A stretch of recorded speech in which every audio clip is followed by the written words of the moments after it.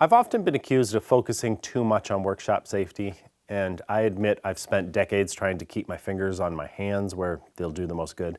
So it might shock you to know that I've made bowls, like this one, on the table saw. Now, why would someone want to make a bowl on the table saw instead of just a lathe? For me, it's about trying something new and creative. I like seeing the look on people's faces when I show them this and I say it was made on a table saw. Other people might do it because they don't have a lathe, or because this process is so much easier than traditional turning, especially if you want a bunch of bowls that all look alike. But is it safe? Frankly, it's not much different than cutting a cove with the table saw, which is something that's been done for generations.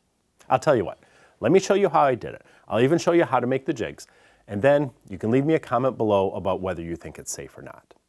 This requires 2 jigs. The first one is just a 16 by 27 piece of plywood. Now it's attached to the top of the saw using these little miter slot locks. I took mine off an old Harbor Freight featherboard, but you can also buy them online. Across this sheet of plywood, I've drawn some lines, but first I aligned the front edge of the plywood with the front edge of my table saw top. Then I drew line A down the center of my miter track. That's where I drilled the holes to attach those miter track locks. Line B passes right over my saw blade beneath the panel, and line C runs across the apex of the blade. At the intersection of B and C, I cut a 7 3/4 inch diameter hole. As long as I always mount my panel with its edge flush with the front edge of my saw, that hole will always be centered over my saw blade. Now let's talk about the blades. I don't do this first jig with a regular saw blade. I've always used one of the blades with my 8-inch dado set. There's a couple reasons for that. First, the arc of the 8-inch blade is perfect for the inside of the bowl. Second, the dado blade has fewer teeth, which helps clear the dust away as it cuts. And most importantly, this first flat jig is not designed for a 10-inch blade. For that, you would need a larger hole to accommodate a thicker bowl blank. So don't use a full 10-inch blade with this first flat jig. That would be dangerous. Now, because I'm using an 8-inch blade, you can use a common 8-inch wide, 3-inch thick turning blank. You can buy those ready-made, or you can make your own by laminating some hardwood together, which is what I did. I used a bandsaw to cut it down to a 7 5/8 circle, which will fit inside that 7 3/4 inch hole in the jig with some room so it can turn easily. Begin with your saw blade set below the table saw surface. Place the blank in the hole. Then, with the saw turned on, slowly raise the blade about 1/8 of an inch, which is 1 turn of the crank on my saw, but your saw may vary. Now slowly rotate the bowl as the edges of the saw blade's teeth carve a dome-shaped recess on the underside. Raise the blade another turn or 1/8 of an inch and rotate the bowl another 180 degrees. Then raise the blade again, and so on. Every once in a while, turn off the saw and lift off the bowl so you can vacuum up the dust that accumulates beneath. Don't try to take the bowl off or put it back on while the blade is still spinning. You could damage the bowl or worse yet, yourself. I prefer to continue carving until the blade reaches its full height. And here's why the size of the blade was important. As long as you're using the 8-inch dado blade and your blank is 3 inches thick and 7 5/8 in diameter, there's no way the blade can cut through the blank and reach your hands. A 10-inch blade could. So again, don't use a full-size table saw blade with this first flat jig.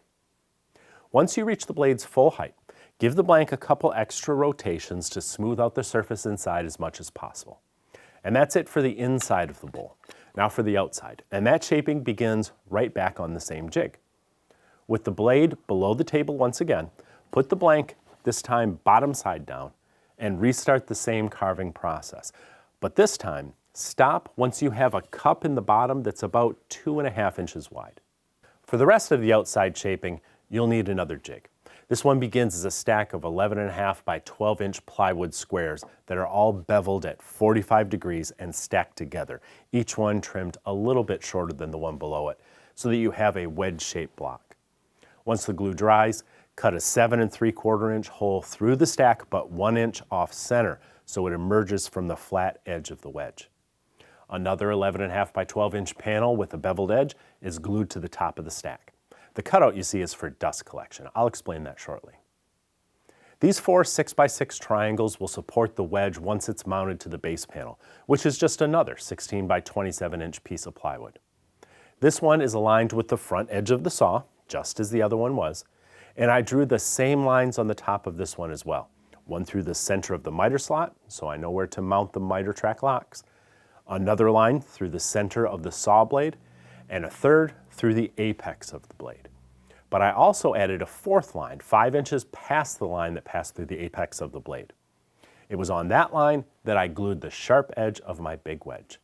I also placed a mark in the center of the wedge, which aligns with the line that goes through the center of the saw blade kerf to ensure that the hole in the wedge is centered over the saw blade.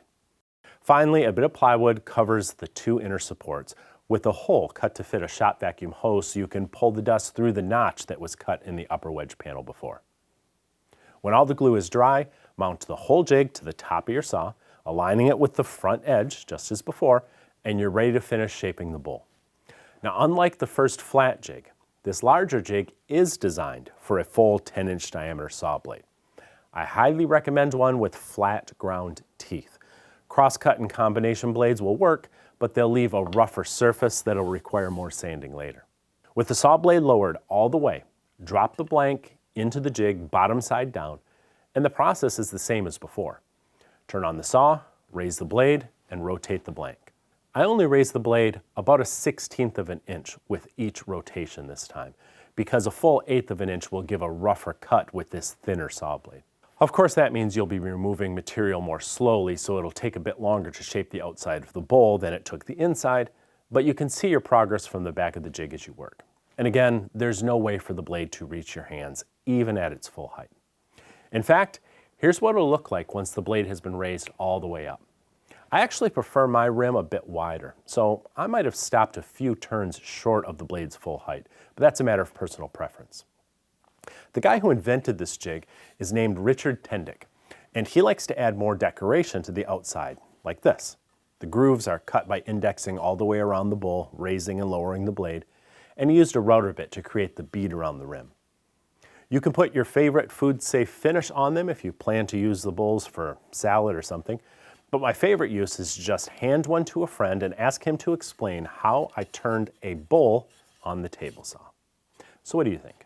Dangerous or a clever way to get more from your table saw? Let me know in the comments below. But first, here's another idea.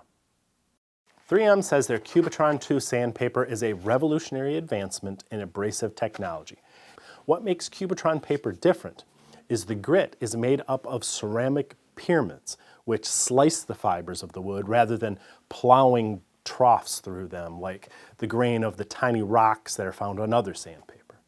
The result is an abrasive that works faster and stays cooler, so it lasts longer, significantly longer, like 5 or 6 times longer than the cheap stuff, and about twice as long as even other premium sandpapers. 3M Cubitron 2 destroyed Mirka, Klingspor, all the brands that are generally considered to be really good stuff. The Cubitron genuinely lasts a lot longer. I assume it must keep it cooler, perhaps it optimizes the way it cuts. I honestly don't understand how it works. It just works better than any other sandpaper I've used. All I can say is try it. Just 1 pack. You'll see what I mean.